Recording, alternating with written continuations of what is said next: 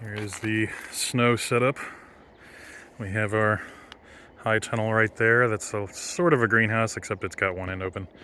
A bunch of compost in there for them. And I've taken a lot of the uncomposted stuff and made a little path over the snow to their feeder, and which goes to their coop, and then it runs over here to the water where I will take hot water from the wood stove and put it on there. And there is a little heating pad underneath that thing to kind of keep it thawed out, although it's less than perfect.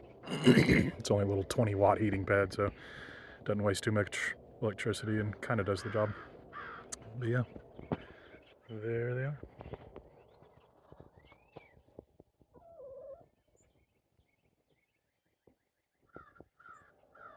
Got something hanging from your cheek there, bud.